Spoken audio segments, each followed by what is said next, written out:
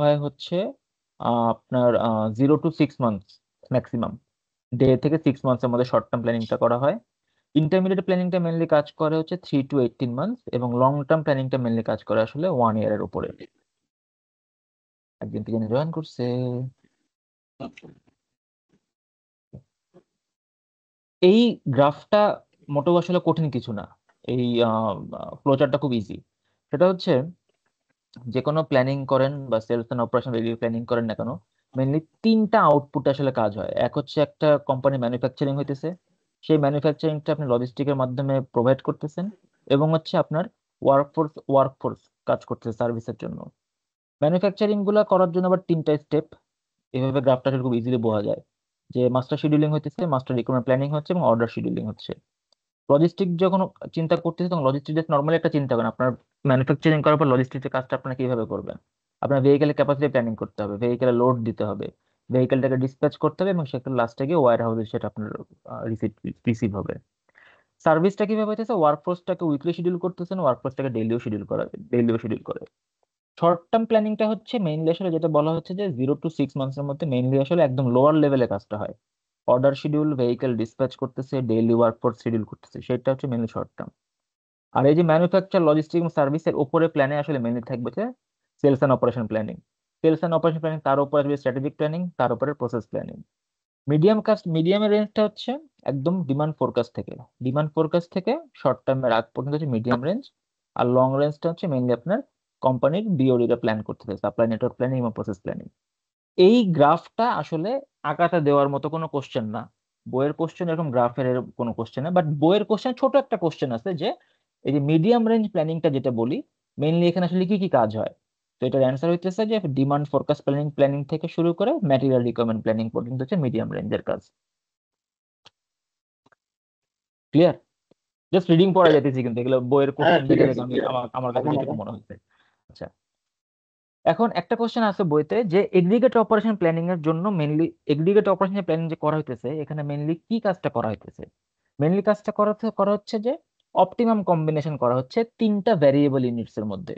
এক হচ্ছে production rate, এক হচ্ছে ওয়ার্কফোর্স লেভেল, আর এক হচ্ছে inventory in hand. Production rate মানে ওয়ার্ড শুনে বোঝা যাইতেছে যে একটা পার ইউনিট প্রোডাকশন করতে কি পরিমাণ টাইম লাগতেছে, মানে একটা ইউনিট অফ টাইমে কি পরিমাণ প্রোডাকশন হইতেছে। ওয়ার্কফোর্স লেভেল মানে হইতেছে একটা পার্টিকুলার পিরিয়ডে কি পরিমাণ ওয়ার্কার আমার দরকার হইতেছে। আর ইনভেন্টরি হ্যান্ড হ্যান্ড হ্যান্ড মানে হচ্ছে আমার স্টকে কি পরিমাণ আছে যেটা আমি পরবর্তীতে ক্যারি ফরওয়ার্ড করব। এই তিনটার অপটিমাম কম্বিনেশনটাই হচ্ছে এগ্রিগেট অপারেশন প্ল্যানিং এর কাজ। সেটা একটা কোশ্চেন বইয়ে আছে যে এগ্রিগেট অপারেশন প্ল্যানিং এর জন্য তিনটা ভ্যারিয়েবল কি কি আছে। অ্যান্সার হচ্ছে এটা।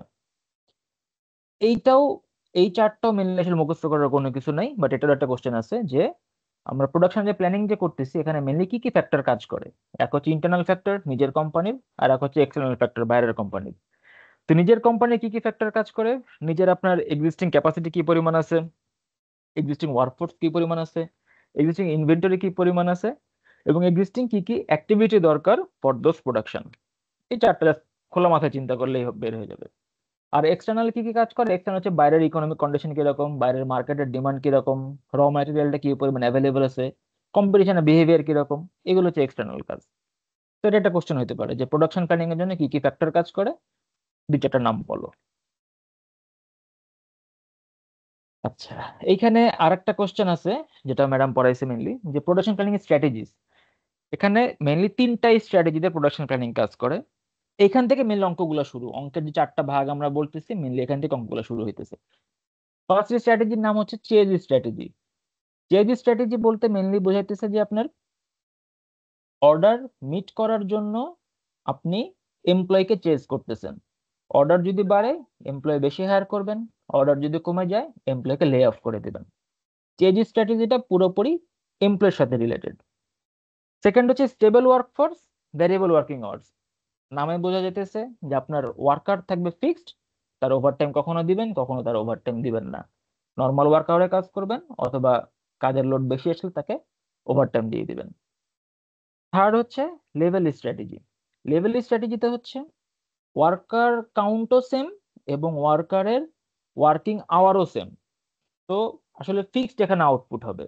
তো এইখানে যে শর্টেজ হবে বা প্রোডাকশনে যে সারপ্লাস হবে এইটা আসলে মেনলি অ্যাবজর্ব করবে কিভাবে, এইটা অ্যাবজর্ব করা হবে যে ইনভেন্টরি লেভেলটা আপ ডাউন করবে, অথবা অর্ডারটা ব্যাকলগ হয়ে যাবে, অথবা আপনি অর্ডার ডেলিভারি করতে পারবেন না, আপনার সেলসটা লস্ট হয়ে যাবে।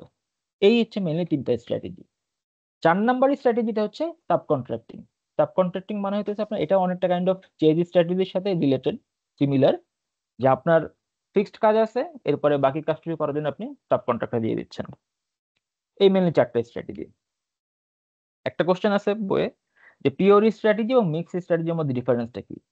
পিওর স্ট্র্যাটেজি হচ্ছে যে কোনো একটা স্ট্র্যাটেজি ফলো করবেন একটা প্রোডাকশন ইউনিট, সেটা যে কোনোটা একটা হইতে পারে। লাইক সে শুধুমাত্র এমপ্লয়ি হায়ার করবে, ফায়ার করবে, সে একভাবে কাজ করে একটা ফ্যাক্টরি। আর মিক্স স্ট্র্যাটেজি মানে হচ্ছে একের অধিক, এই 4টার মধ্যে একের অধিক সে কম্বিনেশন করে কাজ করবে, এটা হচ্ছে মিক্স স্ট্র্যাটেজি। কেউ কোনো কথা কয় না। আচ্ছা, মিক্সড স্ট্র্যাটেজির একটা এক্সাম্পল দিই। বলেন। তো ম্যারিগোতে থাকতে না, ধরেন আমার 110 জন ছিল একদম ফিক্সড ম্যান পাওয়ার, আর আমরা রেগুলার বেসিসে কিছু ক্যাজুয়াল হায়ার করতাম। যখন আপনার ভলিউম অনেক বেশি থাকতো তখন ধরেন প্রত্যেকদিন 20-30 জন ক্যাজুয়াল আসতো, আবার যেদিন কম থাকতো সেদিন 5 জন 10 জন ক্যাজুয়াল আসতো। সো এই ক্যাজুয়াল গুলো ছিল আপনার ডেইলি বেসিসে, ওরে একদিন যেদিন নিতাম সেদিন টাকা দিয়ে দিতাম। বাট আমার 110 জন ছিল ফিক্সড। যখন আমার ভলিউম কমে যাইতো, লেটস সে আপনার ইয়ের মধ্যে, শীতের মধ্যে যখন কমে যাচ্ছে ভলিউম, তখন দেখা গেছে আমি 110 জন দিয়ে ম্যানেজ করে ফেলতাম। মিক্স স্ট্র্যাটেজি আসলে এটা শুধুমাত্র আর লেভেল স্টোরেজ সেম হয়ে গেল না তাহলে? কোনটা ভাইয়া? মিক্সড এবং সুব্রত যেটা বললো সেটা, সুব্রত যে মানে যেটা বললো আর কি এক্সাম্পলটা, হুম হ্যাঁ, এটা হুম লেভেল স্টোরেজ তাহলে কি সেম হয়ে গেল না? না ভাইয়া, লেভেল স্ট্র্যাটেজি হচ্ছে আপনার ওয়ার্কিং ওয়ার্কারও ফিক্সড এবং হচ্ছে আপনার ওয়ার্কিং আওয়ারও ফিক্সড। তাহলে আপনার যে সারপ্লাস হবে বা কখনো কমতি হবে সেটা ম্যানেজ করবেন কিভাবে? সেটা হচ্ছে আইদার অর্ডার ব্যাকলগ করে দিতে হচ্ছে, অথবা আপনি সেলই করতে পারতেছেন না, সেটা। বুঝতে পেরেছি, মানে ঠিক ওয়ার্ক আছে, ওয়ার্ক ক্যান্সেল করে দিতে হচ্ছে মাঝে মাঝে, ইয়েস, মানে অর্ডার আর কি, অর্ডার ক্যান্সেল অর্ডার করে আপনি দিতে ক্যান্সেল হচ্ছে। করে দিতে হচ্ছে। হুম। মিক্স স্ট্র্যাটেজি আসলে মেনলি আসলে 2-3 রকমই কম্বিনেশন চালাইতেছে। সেটা হচ্ছে মিক্স স্ট্র্যাটেজি। কখনো আপনার দরকার মনে হচ্ছে আপনি ওয়ার্কার হায়ার করবেন বাইরে থেকে, সেটাও আপনি করতে পারতেছেন। কখনো মনে হচ্ছেন যে আপনার, যেমন আমাদের টিমে মেনলি, আমাদের অর্গানাইজেশনে মিক্স স্ট্র্যাটেজি ফলো করে। যখন দেখা যায় যে আমার টিমে একটা বেশি ডেলিভারি দিতে হবে, আগে সেটা ডিফাইন করে ডেলিভারিটা কত দিনের জন্য, লেটস সে এটা 1 মাসের জন্য মাত্র, তখন হচ্ছে ওভারটাইম করে ছেলে পেলে। যদি দেখা যায় একটা প্রজেক্ট আমার কন্টিনিউ করতে হবে 6 মাস, তখন ছেলে পেলে ওভারটাইমের দেওয়ার দরকার নাই, বাইরে থেকে তুমি লোক হায়ার করে নিয়ে আসো। মানে কিন্তু বেসড অন প্রোডাকশন সে 2 রকম স্ট্র্যাটেজি ফলো করতেছে, এটা হচ্ছে মিক্স স্ট্র্যাটেজি। গট ঠিক ইট, আছে বস? ক্লিয়ার।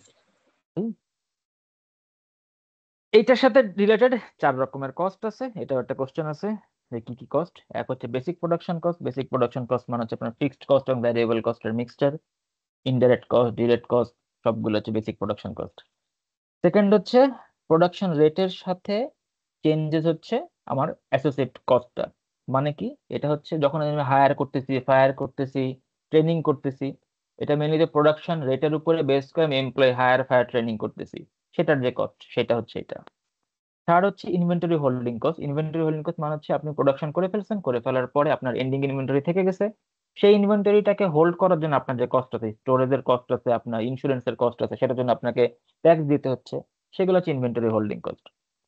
আর ব্যাক অর্ডারিং কস্টটা মেইনলি আসলে বোঝাচ্ছে যে আপনি কাস্টমারের গুডউইল যে হারাচ্ছেন, আপনি তাকে সেল করতে পারতেছেন না, কাস্টমার যে অ্যাংরি হচ্ছে, সেটা একটা কস্ট।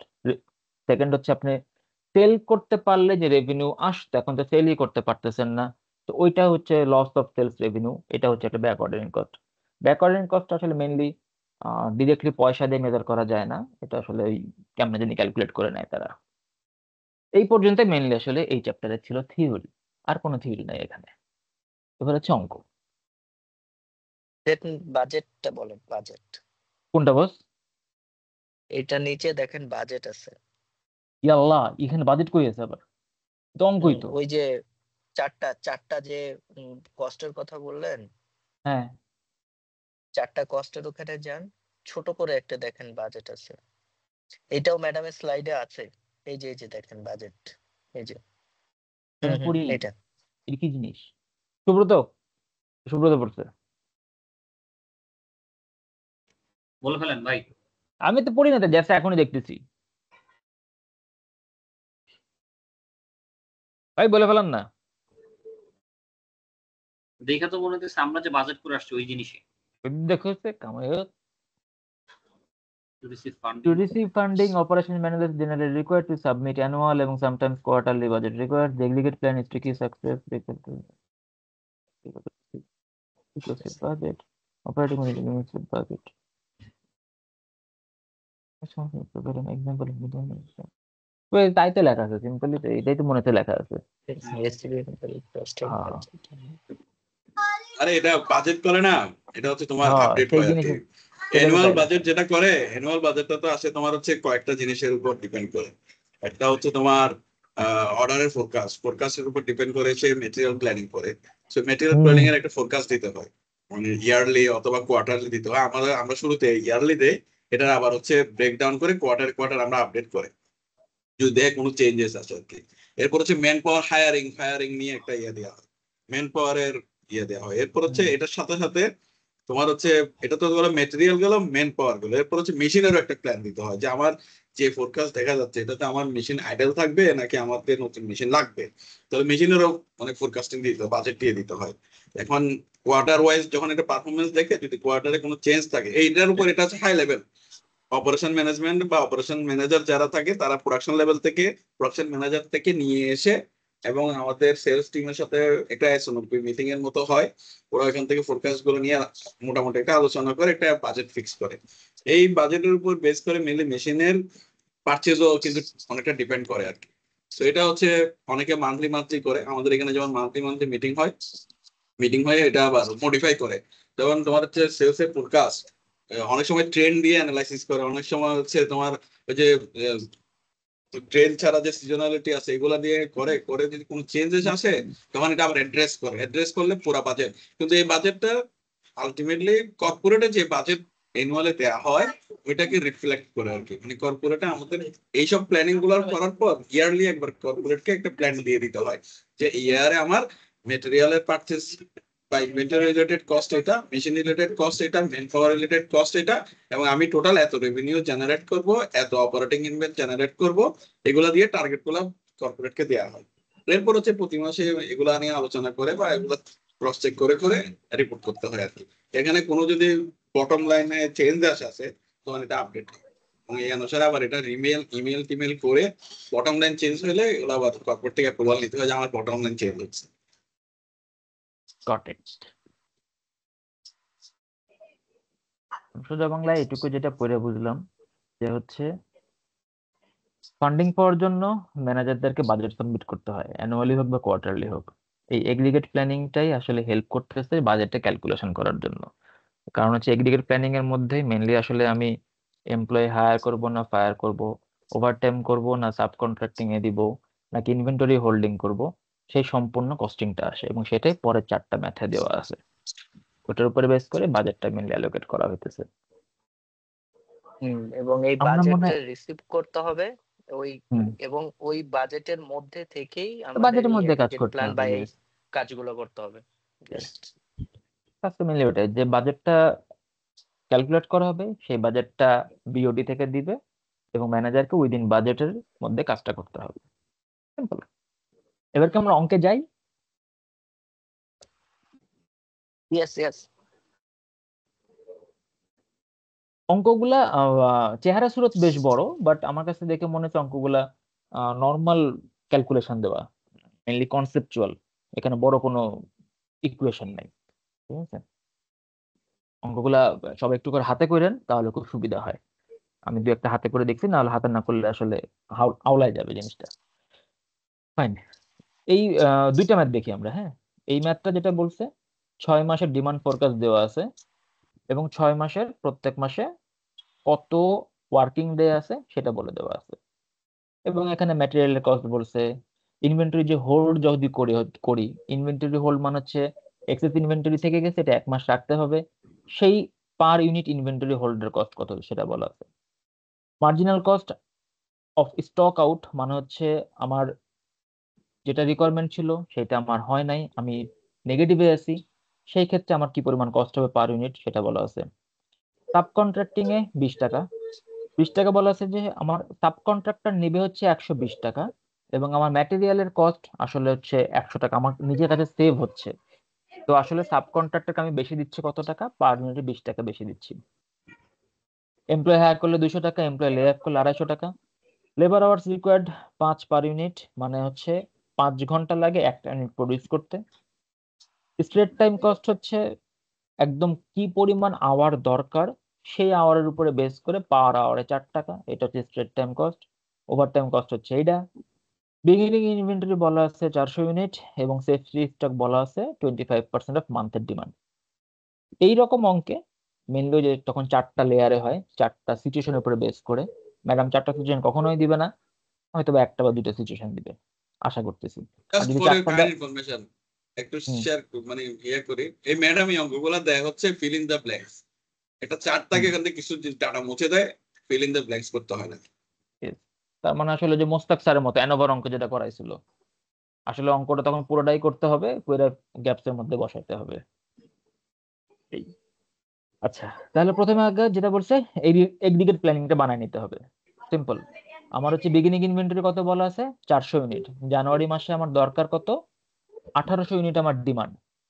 আচ্ছা, সেফটি স্টক থাকতে হবে 25% অফ দ্য ডিমান্ড। তার মানে জানুয়ারির বিগিনিং 400, জানুয়ারির ডিমান্ড ফোরকাস্ট 1800, 25% সেফটি ইউনিট মানে 450 ইউনিট আমার থাকতে হবে। তাহলে আসলে মেইনলি প্রোডাকশন করতে হবে কত, প্রোডাকশন করতে হবে 1850। এটা কেমনে হইলো, থাকা লাগবে 450, বিগিনিং আছে 400, মানে 50টা হাতে থাকবে এক্সট্রা, তাহলে 1850টা থাকবে আসলে আমার প্রোডাকশন করতে হবে। আর এন্ডিং ইনভেন্টরিটা হবে হচ্ছে সেফটি স্টক যেটা আছে, সেটা আমার এন্ডিং ইনভেন্টরি হবে 450। ভাই মঞ্জুর ভাই 1850টা বুঝি নাই, আরেকবার একটু আচ্ছা, বলেন। 1850 কি হবে, আমার শুরুতে আছে বিগিনিং আছে 400, আমার ডিমান্ড আছে কত, আরো 1800। আমার সেফটি স্টক বলা আছে, মানে এটাও কিন্তু এডিশনাল একটা ডিমান্ড। 1800-র 25% সেফটি স্টক রাখতে হবে, মানে 450টা আপনার সেফটি স্টক রাখতে হবে। তাহলে আসলে দরকার কত, 2250।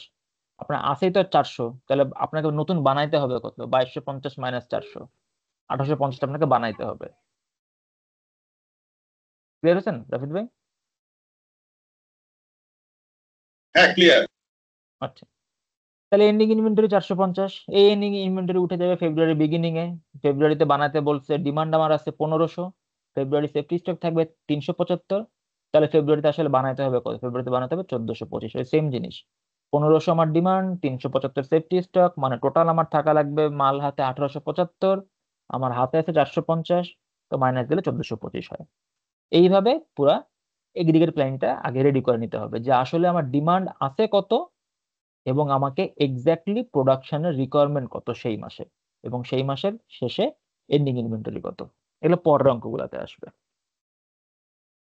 এখন ফার্স্ট যেটা প্ল্যান যেটা বলছে, ফার্স্ট প্ল্যানটা কি বলছে, যে exact produce exact monthly production, মানে যেইটা আমার রিকোয়ারমেন্ট দরকার মান্থলি, সেটাই প্রডিউস করতে হবে ইউজিং 8 ঘন্টা একটা লেবার আওয়ার বলা আছে।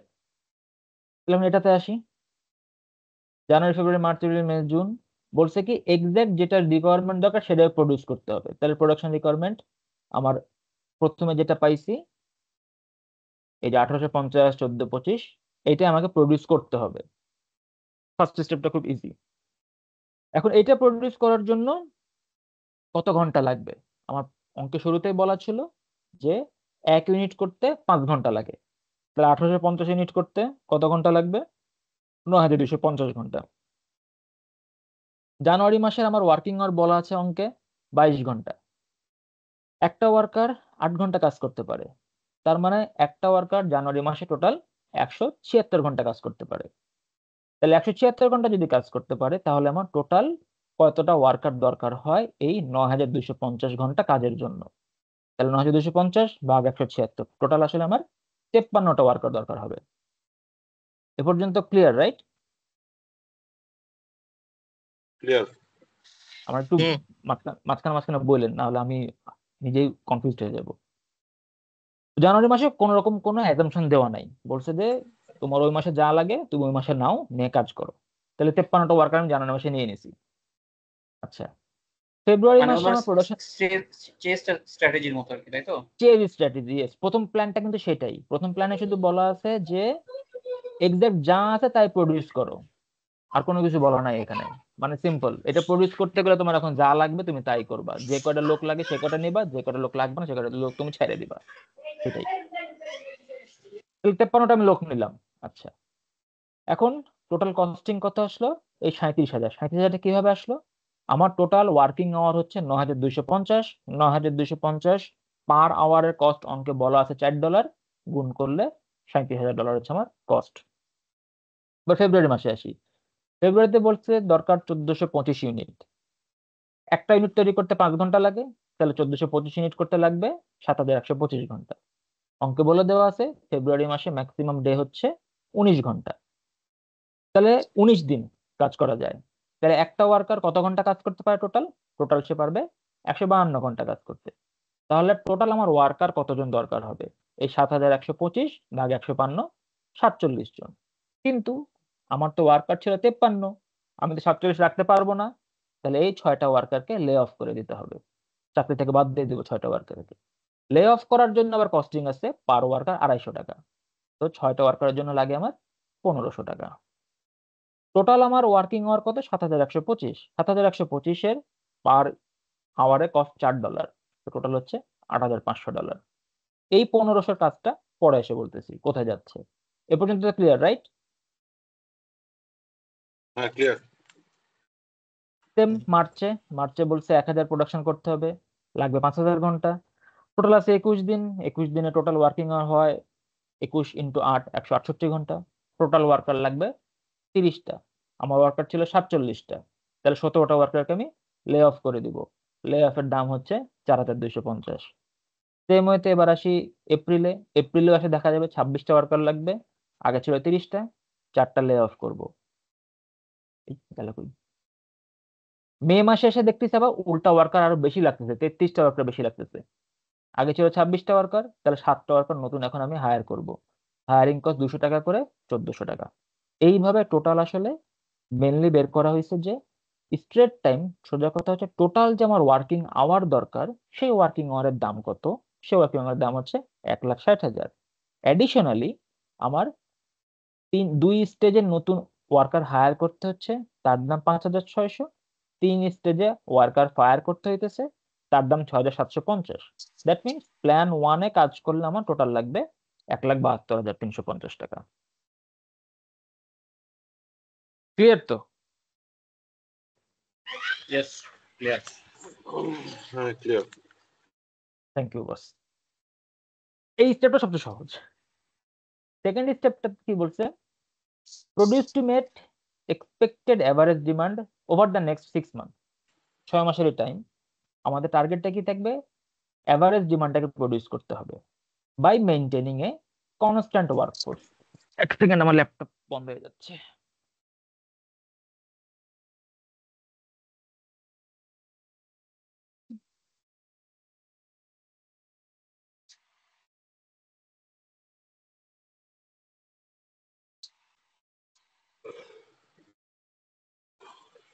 আচ্ছা, এই স্টেপে অঙ্ক, সরি কোশ্চেন শুধু এইটুকুই বলা থাকবে, হ্যাঁ। বাকি যে এই পুরা গল্পটা, দিস কনস্ট্যান্ট নাম্বার বকর বকর বকর বকর এগুলো কোনো কিছু বলা থাকবে না, এটা এটা আসলে বের করে নিতে হবে। সোজা কথা, এখানে সিনারিওটা হচ্ছে এভারেজ ডিমান্ড ফুলফিল করতে হবে নেক্সট 6 মাসে। ওয়ার্কফোর্স হতে হবে কনস্ট্যান্ট, মানে আগের অঙ্কে ওয়ার্কফোর্স ভ্যারি করলাম, এবার আমি ওয়ার্কফোর্সটা ভ্যারি করতে পারবো না, এবার ওয়ার্কফোর্স হবে কনস্ট্যান্ট। এভারেজ যখন ডিমান্ড, দ্যাট মিনস কোন মাসে ডিমান্ড আমার কমে যাবে, মানে প্রোডাকশন কমে যাবে, কোন মাসের প্রোডাকশন আমার বেশি লাগতে পারবে, ওইটাই হচ্ছে সেকেন্ড ফেজটা, যে আমি অ্যাবজর্ব করতেছি প্রোডাকশনের ইনভেন্টরির সাথে। এখন এভারেজ কি পরিমাণ কনস্ট্যান্ট ওয়ার্কফোর্স আমার দরকার সেটা বের করছে কিভাবে? দেখেন, আমার টোটাল আমার ডিমান্ড হচ্ছে 8,000, নাম্বার অফ ওয়ার্কিং ডেজ হচ্ছে 125। তাহলে 8,000টা ইউনিট প্রডিউস করতে 5 ঘন্টা করে লাগতেছে, ডিভাইডেড বাই 125 দিন, পার দিন একদিনে 8 ঘন্টা ওয়ার্কিং আওয়ার, যে টোটাল আসলে 40টা ওয়ার্কিং আওয়ার ওয়ার্কফোর্স লাগতেছে আমার। এই যে বললো কনস্ট্যান্ট ওয়ার্কফোর্স লাগবে, এই কনস্ট্যান্ট ওয়ার্কফোর্স আমরা আসলে বের করলাম যে কতগুলো কনস্ট্যান্ট ওয়ার্কফোর্স লাগবে। টোটাল ইউনিট আমার 8,000। 8,000 ইউনিট করতে টোটাল লাগবে 8,000 × 5 এত ঘন্টা। টোটাল ওয়ার্কিং ডে 125 দিন, দিনে 8 ঘন্টা। তো ওই ওয়ার্কিং আওয়ার ডিভাইডেড বাই 125 × 8 করলে 40টা আমার কনস্ট্যান্ট ওয়ার্কার লাগবে। ক্লিয়ার তো, রাইট? ক্লিয়ার, হ্যাঁ। কারণ হচ্ছে কনস্ট্যান্ট ওয়ার্কফোর্স কিন্তু বলে দেওয়া নাই কোথাও। কনস্ট্যান্ট ওয়ার্কফোর্সটা বের করতে হবে যে কতগুলা লাগবে। তখন বের করলাম কি আমার 40টা ওয়ার্কফোর্স দরকার।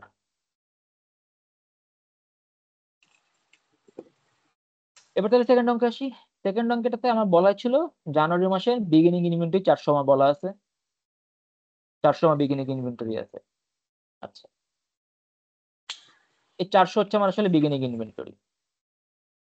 জানুয়ারি মাসে অঙ্কে বলা ছিল যখন এগ্রিগেট প্ল্যানিং করছিলাম, আচ্ছা আচ্ছা, ওকে, হ্যাঁ, got it. বের করছিলাম যেখানে এখানে বলা আছে 400 ইউনিট জানুয়ারি মাসে বিগিনিং ইনভেন্টরি।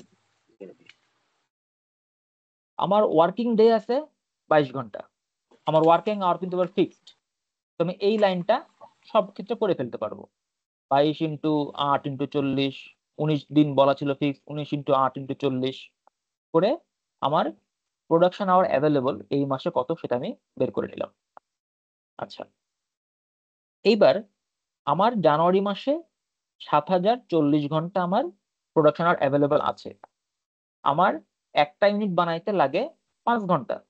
তাহলে জানুয়ারি মাসে আমি অ্যাকচুয়ালি কত প্রডিউস করতে পারবো? আমি করতে পারবো 7,040 ডিভাইডেড বাই 5, 1,408টা প্রোডাক্ট। আমার জানুয়ারি মাসের ডিমান্ড ছিল কত? 1,800টা ছিল ডিমান্ড। তাহলে আমার এখন হাতে আছে কয়টা? আমি প্রডিউস করতে পারবো 1,408। আমার বিগিনিং এ ছিল 400, মানে 1,808।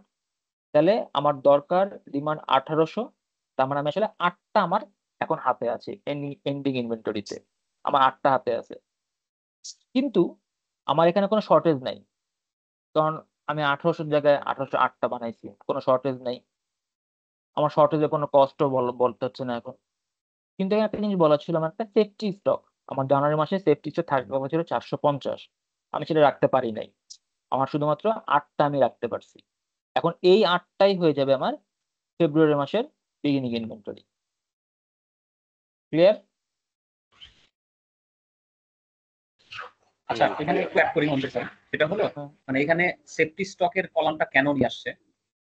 আমি যদি সেফটি স্টক পর্যন্ত রাখি, মানে আমি যদি স্টক মেনটেন করি, এটার জন্য আমাকে কোনো অ্যাডিশনাল কস্ট নিতে হবে না। বাট আমার যদি সেফটি স্টকের বেশি হয়ে যায় তখন আমাকে টাকা, তখন পয়সা দিতে হবে। এই জন্য সেফটি স্টকের একটা লাইন আছে। সেফটি স্টকের লাইনটা মেইনলি কারণটা হচ্ছে এইখানে একটা আমার অঙ্কে বলা আছে একটা টার্ম, এই আপনার হচ্ছে inventory cost, inventory holding cost 1.5 টাকা করে। ঠিক আছে, আমার কাছে এখন আছে মাত্র হচ্ছে 8টা। আমার ইনভেন্টরি হোল্ডিং কস্ট মানে হচ্ছে আমার সেফটি স্টকের বাইরে আমার কাছে যেটা অ্যাডিশনাল আছে সেইটা। 450-এর জায়গায় আমার যদি 452 থাকতো তাহলে 2টা অ্যাডিশনাল আছে, 2টার জন্য কস্ট আমার স্টোরে জমা হইতো। বাট এখানে আমার অ্যাডিশনাল কোনো কিছু নাই, সেজন্য এখানে আসলে কোনো ইনভেন্টরি কস্ট হবে না। পরে একটা স্টেপে গিয়ে দেখা যাবে যে আমার সেফটি স্টক যা দরকার তার থেকেও বেশি ইনভেন্টরি তোমার থেকে গেছে, তখন সেখানে আবার ইনভেন্টরি কস্ট হবে। এই জন্য এখানে সেফটি স্টকটা আসলে কনসিডার করতে হবে। ক্লিয়ার ভাইয়া? ক্লিয়ার। তাহলে এখানে এই 28,000 টাকাটা কিভাবে আসলো? এই 28,000 টাকাটা আসলো আমার টোটাল ইউনিট আওয়ার 7,040 গুণ হচ্ছে 4, 28,160। তাহলে ফেব্রুয়ারি বিগিনিং কস্ট, বিগিনিং ইউনিট আমার 8টা। ফেব্রুয়ারিতে মাসে আছে 19 দিন, 19 দিনে টোটাল ওয়ার্কিং আওয়ার 6,080। 6,080-কে 5 দিয়ে ভাগ দিলে আমি ম্যাক্সিমাম বানাতে পারবো 1,216। ফেব্রুয়ারি মাসের আমার ডিমান্ড ছিল 1,500। তাহলে ফেব্রুয়ারি মাসের এন্ডিং হচ্ছে আমার 276 মাইনাস। এটা কিন্তু মাইনাস দেখুন 276 হয়ে গেল, কারণ হচ্ছে আমার ডিমান্ড ছিল 1,500, আমি বানাতে পারছি 1,216, আমার হাতে আছে 8, মানে 1,224। তাহলে আমার মাইনাস আছে 276। আমার যে ইনভেন্টরি এখন নেগেটিভ হয়ে গেল, আমি এখন শর্টেজে আছি। আমার শর্টেজ কস্ট কিন্তু এখানে বলা আছে marginal cost of stock out, মানে 276টা আমাকে তাহলে বাইরে থেকে তো কিনে নিয়ে আসতে হবে এখন কারো কাছ থেকে। তাহলে 276টার দাম হচ্ছে আমার 1,380 টাকা। আমার সেফটি স্টক 375 থাকার কথা ছিল, আমার কোনো এক্সেস নাই কারণ আমি অলরেডি নেগেটিভেই আছি। তো দেন এই লাইনটা শেষ এখন। ফেব্রুয়ারি মাসে টোটাল আমার কস্টিং হচ্ছে 6080, টোটাল প্রোডাকশন আওয়ার আমার অ্যাভেলেবল মাল্টিপ্লাইড বাই 4। দেন মার্চের বিগিনিং হবে কি, এই -276, এটা হবে মার্চের বিগিনিং। দেন সেম ওয়েতে মার্চের 21 দিন টাইম আছে, 21 দিনের টোটাল আওয়ার অ্যাভেলেবল 6720, বানাতে পারবো 1344। বানাই, আমার ডিমান্ড ছিল 1100, তো মার্চের এখন ইনভেন্টরি -32। এই -32 কিভাবে হলো, 1344 -276 মাইনাস হচ্ছে 1100 দিয়ে -32। আবার যেহেতু আমি শর্টেজে চলে গেলাম, শর্টেজ কস্ট হচ্ছে আমার এটা। এইভাবে করতে গিয়া এবার এবার এপ্রিলে এসে দেখেন, এপ্রিলে বিগিনিং করতেছে -32 দিয়ে। এপ্রিলে আমার ডিমান্ড হচ্ছে মাত্র 900। এপ্রিলে এসে আমি দেখতেছি আমার এন্ডিং ইনভেন্টরি 412টা আছে। এপ্রিলে আমার সেফটি স্টক ছিল 225। দ্যাট মিনস 412 - 225, এই অ্যাডিশনাল 187 আমার ইনভেন্টরিতে থেকে গেছে, যেটার জন্য ইনভেন্টরি কস্ট 1.5 টাকা করে। তো 187 ইন্টু 1.5 হচ্ছে 281। এভাবে পরের লাইনগুলো চলে গেছে। মানে ভাই আপনি কম বানালেও পয়সা দিবেন, বেশি বানালেও পয়সা দিবেন। তো তো সেম ওয়েতে খুবই খুবই কঠিন ব্যাপার, কম বানালেও পয়সা দিতে হবে, বেশি হলেও পয়সা দিতে হবে। ইয়েস, হ্যাঁ।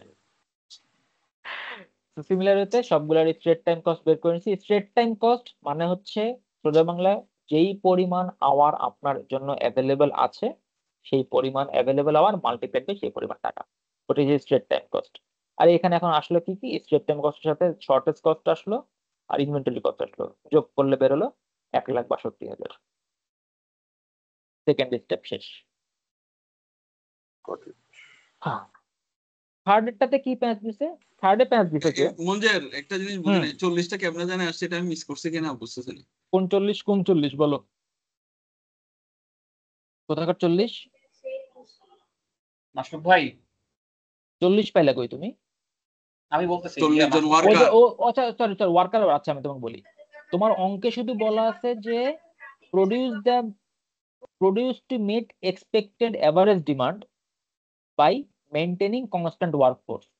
এখানে তোমার আচ্ছা আচ্ছা, বুঝতে ওয়ার্কার পারছি। কতগুলো লাগবে সেটা তোমার বলা নাই, তো তুমি জাস্ট এভারেজ করছো। এভারেজ করছি কেমনে, আমার লাগবে 8000 ডিমান্ড, আমার ডেজ আছে 125 দিন, 8000 ইউনিট বানাইতে লাগে হচ্ছে আমার 8000 ইন্টু 5 40,000 ঘন্টা, 125 দিন মানে হচ্ছে 125 ইন্টু 8 এতগুলো ওয়ার্কিং আওয়ার, ভাগ দিলে আমার হচ্ছে 40টা ওয়ার্কফোর্স হয়।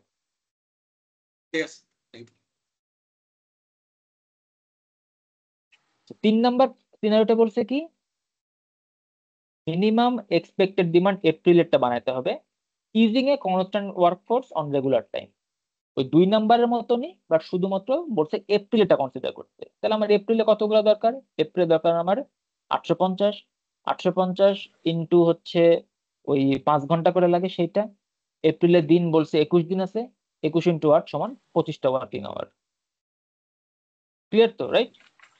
এপ্রিলে 850টা দরকার কোথায় দিল? এপ্রিলে তো দেখতে এপ্রিলে পাচ্ছি 900 ডিমান্ড ফোরকাস্ট। এই যে বস, এপ্রিলের ডিমান্ড আপনার 900, কিন্তু এপ্রিলে বানাইতে হবে আপনার 850, কারণ এপ্রিলে বিগিনিং ছিল 275।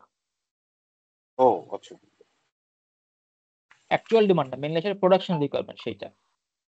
মানে এটা কি ওই 1 নাম্বার প্রবলেম থেকেই আসতেছে, তাই তো? না, 1 নাম্বার আগে এগ্রিগেট প্ল্যানিংটা তো আগে করে নিতে হবে। এগ্রিগেট প্ল্যানিং, আচ্ছা আচ্ছা। এগ্রিগেট প্ল্যানিংটাই করে নিতে হচ্ছে। ও আচ্ছা, ইয়েস গট ইট। ওখানে Yes, production indeed. Requirement 850। Yes.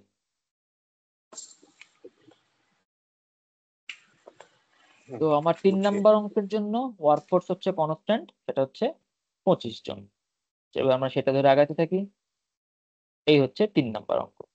3 number অঙ্কের প্রোডাকশন রিকোয়ারমেন্ট আগের লাইন সবগুলো যা ছিল তাই। 3 নাম্বার অঙ্কটা খুবই সহজ, এই 1 নাম্বারের মতনই। এই জানুয়ারি রিকোয়ারমেন্ট ছিল 1850, ফেব্রুয়ারি 1425, এটা আমার আগের লাইনে বলা ছিল, এখন এগ্রিগেট প্ল্যানিং এর সময় আমার বলা ছিল। ওয়ার্কিং ডেজ এটাও আমার আগের অঙ্কে বলা আছে। 25 জন ওয়ার্কারের জন্য টোটাল কতটুকু ওয়ার্কিং আওয়ার অ্যালোকেটেড সেটা আমি গুণ করে বের করে নিলাম। 25 জন ওয়ার্কিং আওয়ার ইন্টু 8 ইন্টু গুণ হচ্ছে 22, পরের লাইনে ইন্টু গুণ হচ্ছে 19 করে বের করে নিলাম। তাহলে এই 4400 ঘন্টাতে আমি আসলে টোটাল কতগুলো বানাতে পারবো, 5 দিয়ে ভাগ করে দিলাম, 880টা বানাতে পারবো। আমার আছে 1850, লাগবে বানাইছি 880। 3 নম্বরে বলা ছিল এগুলো বাকিটা আপনি সাব কন্ট্রাক্টরে দিয়ে দিবেন। তাহলে সাব কন্ট্রাক্টর কত দিচ্ছে, 970 70টা দিচ্ছেন, সাব কন্ট্রাক্টরের কত বলা আছে 20 টাকা কইরা, তাহলে 70টার দাম ইন্টু 20, যা আসলো তাই। আর স্ট্রেট টাইম কস্টটা হচ্ছে আমি ইউজ করতেছি মেইনলি 4400 ঘন্টা, এই 4400 ঘন্টার ইন্টু 4 হচ্ছে 17600। 3 নাম্বার হুম।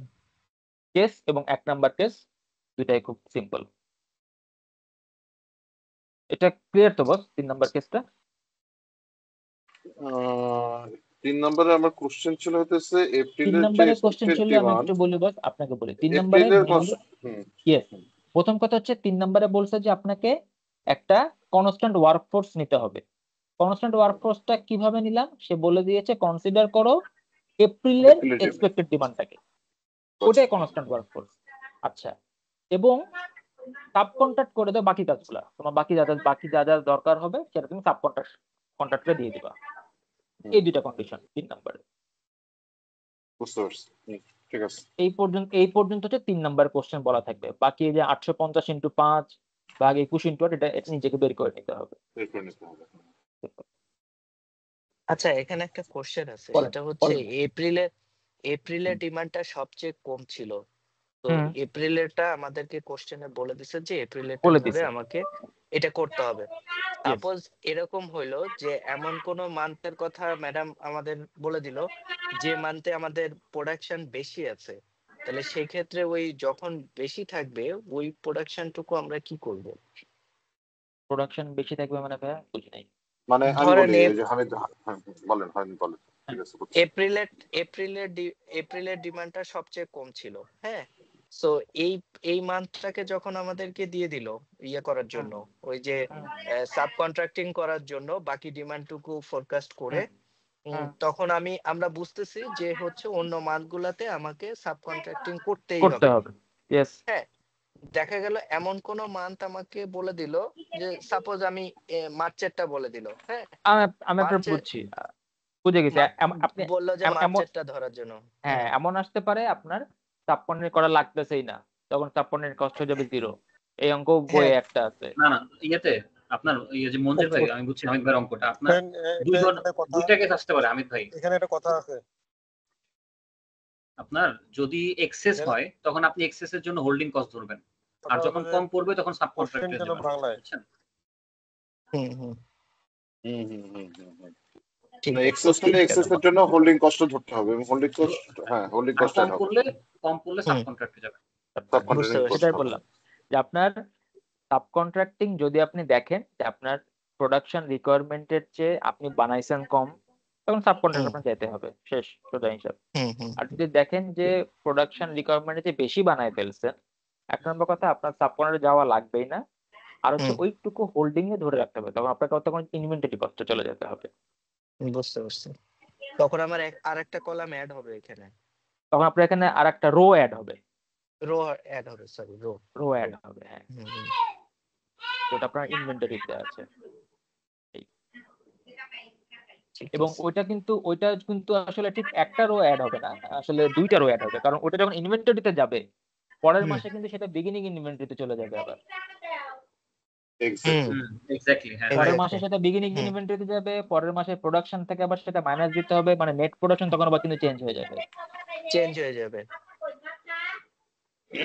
আমরা বেসিক্যালি প্ল্যান 2 তে যে ফরম্যাটে করছি না, হ্যাঁ, short list, cost, safety stock, এই পুরো টেবিলটা এই টাইপের ফরম্যাটে টেবিলটা চলে চলে আসবে, যাবে। চলে আসবে। তখন ওই ফরম্যাটে চলে আসবে। হুম, এই হুম। চ্যাপ্টারে ভাই কোনো ফর্মুলা নাই, সব বাংলা ক্যালকুলেটর, কিন্তু জাস্ট কনসেপ্টটা, সিচুয়েশনটা বুঝে নেওয়া, কোন এটা সিচুয়েশনে তো কি করতে। অ্যাকাউন্টিং রিলেটেড ক্যালকুলেশন মনে হচ্ছে, সবই বেশিরভাগই অ্যাকাউন্টিং টাইপের। হ্যাঁ, ওই তো কোথায় ক্যারি ফরওয়ার্ড দিবেন আর কোথায় দিবেন না। হ্যাঁ, আচ্ছা, তাহলে 3 নাম্বার পর্যন্ত আমরা বুঝছি, আমরা আবার 4 নাম্বারটাতে আসি। 4 নাম্বার প্ল্যানটা কি বলছে, produce to meet expected demand for all. Expected যে ডিমান্ড ছিল সেটা সব বানাইতে হবে, কিন্তু প্রথম 2 মাসে একটা কনস্ট্যান্ট ওয়ার্কফোর্স নিতে হবে। আপনি চাইলে ওভারটাইম করতে পারবেন অ্যাডিশনাল ওয়ার্ক আউটপুটস এর জন্য। কনস্ট্যান্ট ওয়ার্কফোর্সটা এই অঙ্কে বলেই দিছে, 4 নাম্বার ট্রায়াল এন্ড এরর করে তারা নিজেরা বানাইছে 38। তো এটাও আমাদের বইয়ের একটা মধ্যে কোশ্চেন আছে, কনস্ট্যান্ট ওয়ার্কফোর্স তারা বলে দেয় 10টা বা 15টা, বাকিটা আপনি চিন্তা করেন। তাহলে এখানে আমি কি করলাম, 4 নম্বরের এবার আসি, সেম জিনিসই, ওই একই জিনিস এবার ক্লিয়ার করতেছি। বিগিনিং এ 400টা আছে, আমার বলছে 38টা ওয়ার্কার থাকবে, তাহলে 38টা ওয়ার্কারের 22 দিনে টোটাল ওয়ার্কিং আওয়ার কত, এতটা, 6600 ঘন্টা। 5 ঘন্টা করে লাগে একটা ইউনিট বানাইতে, তাই টোটাল আমি বানাতে পারবো 1338। আমার ডিমান্ড আছে হচ্ছে আসলে 1800। তাহলে আমি কমতিতে আছি না বেশিতে আছি? আমার ডিমান্ড ছিল 1800, আমি বানাচ্ছি 1338 এবং কম 400, বানাইলাম। মানে 1738। আমি কম বানাচ্ছি, 62 ইউনিট আমি কম বানাচ্ছি। তার মানে এই 62 ইউনিট আমাকে বানাইতে হবে। বানাবো কিভাবে? আমার তো বলছে ওয়ার্কিং আওয়ার ওয়ার্কার কনস্ট্যান্ট, তার মানে কি এখন আমাকে 62টার জন্য আসলে তাদেরকে ওভার টাইম করাইতে হবে। এখন এই 62টার জন্য ওভার টাইম বলা আছে 62 ইউনিট, কিন্তু এক ইউনিট বানাতে 5 ঘন্টা লাগে, তাহলে 62 ইন্টু 5 এবং পার ঘন্টা 6 টাকা ওভার টাইম। তোমার ওভার টাইমের রেট হচ্ছে এই 1860 টাকা। মঞ্জুর ভাই এখানে এখানে 38টা কিভাবে আসলো? আচ্ছা, কোন 38 আসছেন আপনি বলেন তো? আচ্ছা, ওই যে working hour trial and worker error, যেটা, হ্যাঁ হ্যাঁ, এখানে দেওয়া আছে। আপনাকে বলে দেওয়া থাকবে, প্ল্যান করে সবসময় বলে দেওয়া থাকবে যে কনস্ট্যান্ট ওয়ার্ক আওয়ার আপনি 38টা নেন। কোনো অঙ্কে 10, কোনো অঙ্কে 15টা বলে দেওয়া থাকবে, এটা বানাতে হবে না আপনাকে। ক্লিয়ার ভাই? ইয়েস ইয়েস ইয়েস, ঠিক আছে। এই হচ্ছে ঘটনা। আমার 62 ইউনিট আমার কম, আমার সেফটি স্টক থাকবে 450, মানে আমার হাতে আসলে কোনো আর এক্সেস ইউনিট নাই। এক্সেস ইউনিট যেহেতু নাই, তো আমার হোল্ডিং কস্ট হচ্ছে 0। তাহলে স্ট্রেট টাইম কস্ট হচ্ছে, আমার টোটাল ওয়ার্ক ঘন্টা হচ্ছে 6688 ইন্টু 4, এটা হচ্ছে আমার স্ট্রেট টাইম কস্ট। তাহলে ফেব্রুয়ারি মাসে বিগিনিং ইনভেন্টরি, আমার কোনো বিগিনিং ইনভেন্টরি নাই, কারণ আমার হচ্ছে এটা সম্পূর্ণ আসলে মাইনাস আছে 62, বিগিনিং ইনভেন্টরি আমার এখানে 0। তো সিমিলার ওয়েতে এখানে দেখলাম যে আমার বানাতে হবে, ডিমান্ড ছিল 1500, আমি বানাইছি 1150, মানে 345টা আমি কম বানাইছি। এটা আসলে ভুল লাগা, 375, এটা ভুল করা। 345টা কম বানাইছি, 345টার জন্য ওভার টাইম করতে হবে 10,000 টাকা ওভার টাইম। সেফটি স্টক 375 থাকতে হবে, কিন্তু আমার কাছে নাই, তো আমার জন্য কোনো এক্সেস ইনভেন্টরি নাই। এক্সেস ইনভেন্টরি নাই জন্য ইনভেন্টরি কস্ট আমার 0। এইভাবে মার্চ করছি। এপ্রিলে এসে আমি দেখছি যে এপ্রিলে এসে আমার প্রোডাকশন আওয়ার আসলে আসা হচ্ছে 6300 ঘন্টা। কিভাবে করলাম? 21 ইন্টু 8 ইন্টু 38। এই 6300 ঘন্টাতে কতগুলো ইউনিট বানাতে পারবো 1277টা। আমার ডিমান্ড ছিল 900 এবং আমার বিগিনিং ছিল 177। তার মানে আমার কাছে এখন এক্সট্রা আছে 550 ইউনিট, আমার কাছে এক্সট্রা আছে 550 ইউনিট। যেহেতু আমার কাছে এক্সট্রা অলরেডি আছেই, আমার এখন আমি সেফটি স্টক 225টা মাইনাস করে দিলে 329 আমার কাছে এখন ইনভেন্টরি হাতে আছে। তার মানে 300 ইনভেন্টরি যেটা হাতে আছে, তার এখন ইনভেন্টরি হোল্ডিং কস্ট আমাকে করতে হবে 454। দেন সিমিলারিতে চলে গেলাম মেতে। এখানে একটু শুধু মাথায় রাখেন, এই যে আমার ইনভেন্টরি হাতে আছে 329, এইটা কিন্তু আমার কখনো বিগিনিং না। বিগিনিং হচ্ছে আমার এই মে এপ্রিল মাসে বানানোর পরে যে টোটাল অ্যাভেলেবল ইউনিট আমার হাতে আছে 554। এটা হচ্ছে আমার আসলে বিগিনিং ইনভেন্টরি। এটা অনেক সময় দেখা যায় ভুল হতে মানে পারে যে সেফটি স্টক যেটা থাকবে ওইটা। ওইটা সহকারে ইনক্লুডিং সেইটা, না, টোটাল সেফটি টোটালটা, সেফটি স্টক প্লাস হচ্ছে হুম, এক্সট্রা মাইনাস সেফটি আচ্ছা স্টক, দুইটা মিলে নর্মাল অ্যাকাউন্টিং পলিসিতে যেরকম যেটা এন্ডিংটা সরাসরি বিগিনিং এ চলে যায়, সেটা এখানে সেটাই।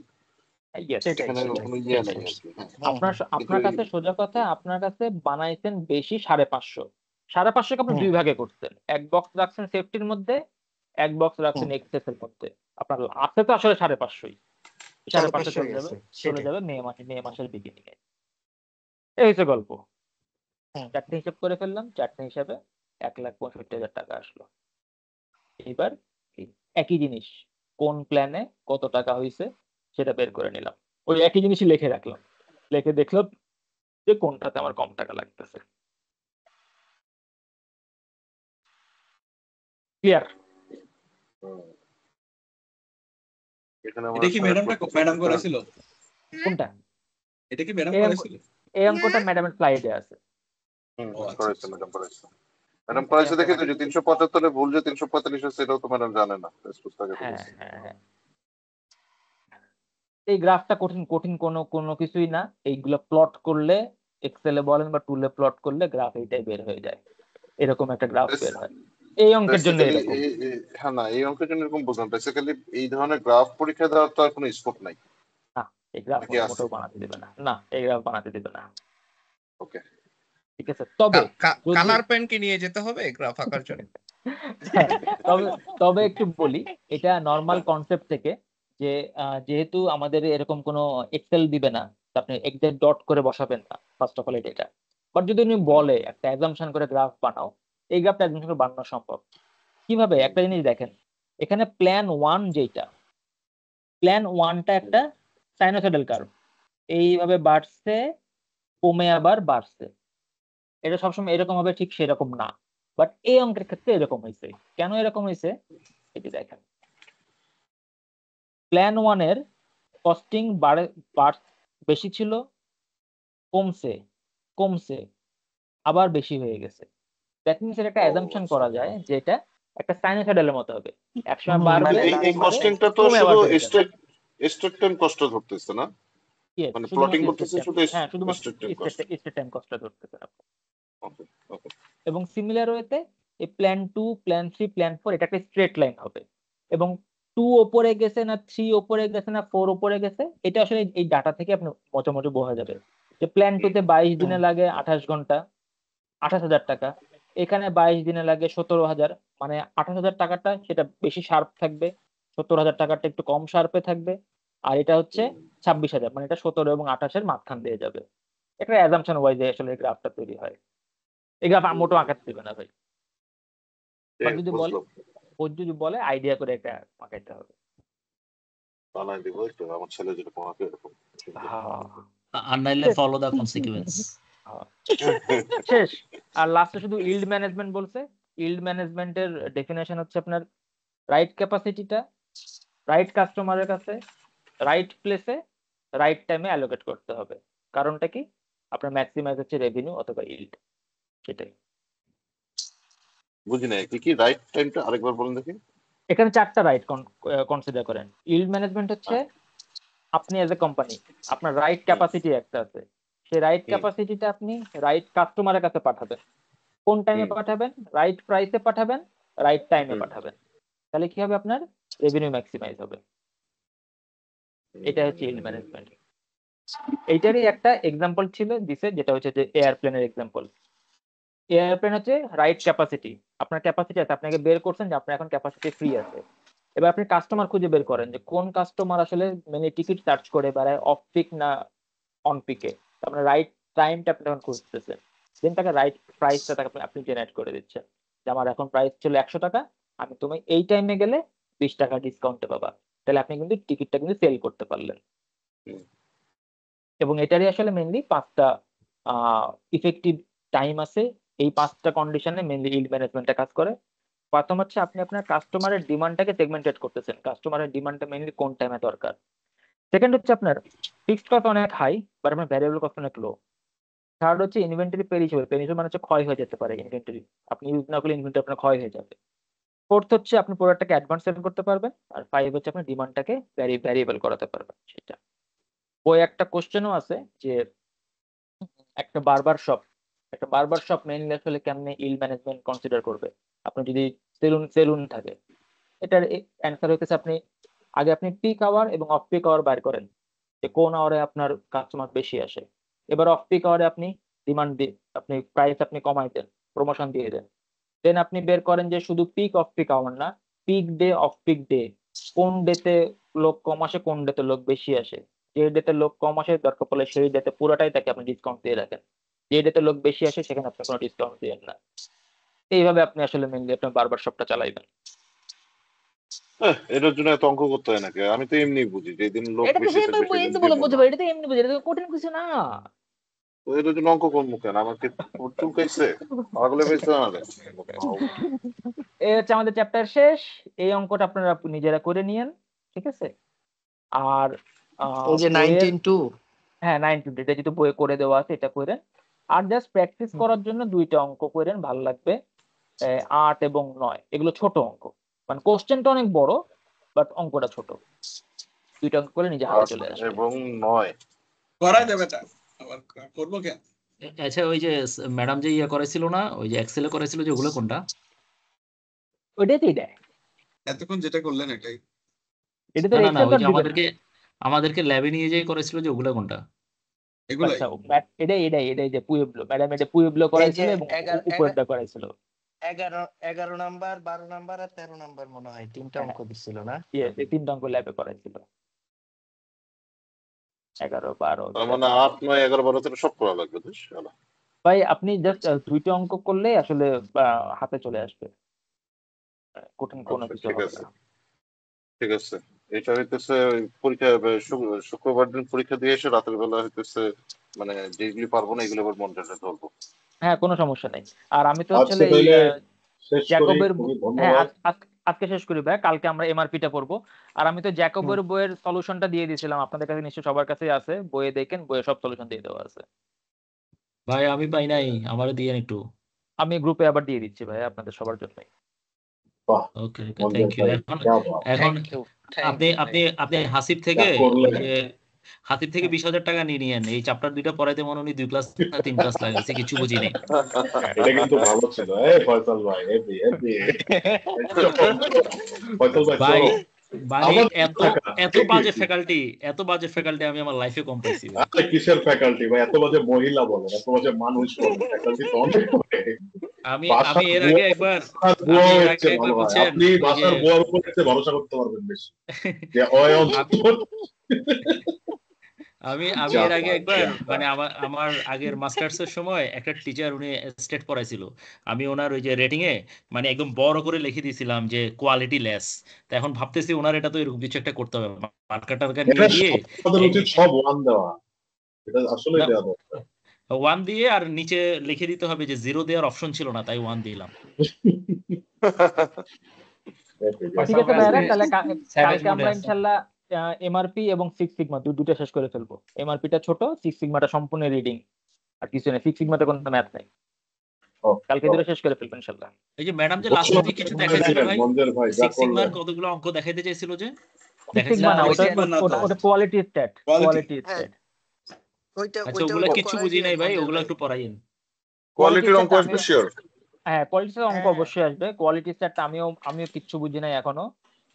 তো ওটার জন্য আমাদের মাশরুক আছে সম্পূর্ণ রেডি, নো ওয়ারি, শেষ হয়ে যাবে ইনশাল্লাহ। আপনি আপনি একাই না পুরো এসব মাশরুফ ভাইরে ডাইকা আপনি ক্ষমা খাই যে মানে বড় গাছ, ঠিক আছে, সবসময় নুয়ে না না, যায় ওটার মধ্যে আমি না, ওটার মধ্যে বিনয়ে, আপনি আজকে দেখাই দিচ্ছেন যে আপনি কি অদ্ভুত ভাই, একদম একদম পুরো মানে অন্যরকম ভাই, এরকম তো ভাবেই নি। আপনি যে একটা বহুরূপী সাজেন, একটা একটা অন্য যেমন খুশি তেমন সাজু সেজে আপনি আমাদের বিভ্রান্ত করেন, অদ্ভুত, মন ওকে ভরে ওকে, যাচ্ছে। যাই 12টা বাজে, হ্যাঁ, যান সবাই ঠিক ঘুমাতে আছে, যান ইনশাল্লাহ। ঠিক আল্লাহ আছে। আর হাফেজ, আর গুড সবাই নাইট, খেয়াল সবাই রাখেন কিন্তু ওই যে পরীক্ষার হলে গার্ড কে পরে সেটা খেয়াল রাখেন প্রিপারেশনের আমি পাশাপাশি। কিন্তু ফার্স্ট বেঞ্চে বসে পড়বো, কারণ ভাই মানে মান সম্মান বাঁচাইতে হবে এই দফায়। কোন ফার্স্ট বেঞ্চে বসে ওই করছি ভাই, বেজ্জত হওয়া যাবে না। পুচকারে দেখলে আগে বলবা যে তুই আমার পাশে এসে দাঁড়া, তারপর কথা পরে হবে। আমি কোথায় নিয়ে আরে না, বাবা আমি তুমি আসো, ফিডার খাওয়াই, আমি লিখি, তুমি দেখো এখানে আঁকি বুকি করো। আমি চিন্তা করতেছি জানোয়ারের হচ্ছে বাচ্চা। ম্যাডামের পাশে বসে পরীক্ষা দেব, উপরে উঠে যাবো, ঠিক আছে ভাই, ডায়াস উঠে লিখতে থাকবো। ওকে, আল্লাহ হাফেজ। আল্লাহ হাফেজ থ্যাংক ইউ ভাইরা, থ্যাংক ইউ আল্লাহ ভাই, হাফেজ, থ্যাংক আল্লাহ ইউ। হাফেজ। থ্যাংক ইউ, হ্যাঁ। থ্যাংক ইউ ভাই, আল্লাহ হাফেজ।